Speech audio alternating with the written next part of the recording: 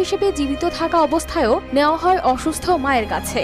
তখন মা ও বাচ্চার দেখাশোনা করেন হাসপাতালে থাকা মানুষজন। এর মধ্যে স্বজনদের কেউই আসেননি মা ছেলের খোঁজ নিতে। শনিবার সকালে মারা যান মা।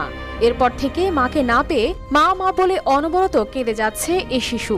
11টার সময় খবর পাইছি যে 10 নম্বরে বাচ্চার মা আছে, অবস্থা অনেক খারাপ। পরে ওইখানে লয়ে গেছি, বাচ্চার মা বাচ্চারে দেখে বাচ্চার মারে দেখে বাচ্চাকে লাফ মেরে গিয়ে বাচ্চার জামা খুললে দুধ খাওয়া শুরু করছে। ওইখান থেকে দুধ খাওয়াই টাওয়াই আনা হয়েছে, রাখা হয়েছে। সারাদিন বাচ্চাটা রাখা হয়েছে। 6:30টার দিক দিয়ে বাচ্চাটা মাটা মারা গেছে। যদি আমাদের কাছে বাচ্চাটা এদিকে মা মা বলে কাঁদতে কাঁদতে অনেকটা দুর্বল হয়ে পড়েছে এই শিশু।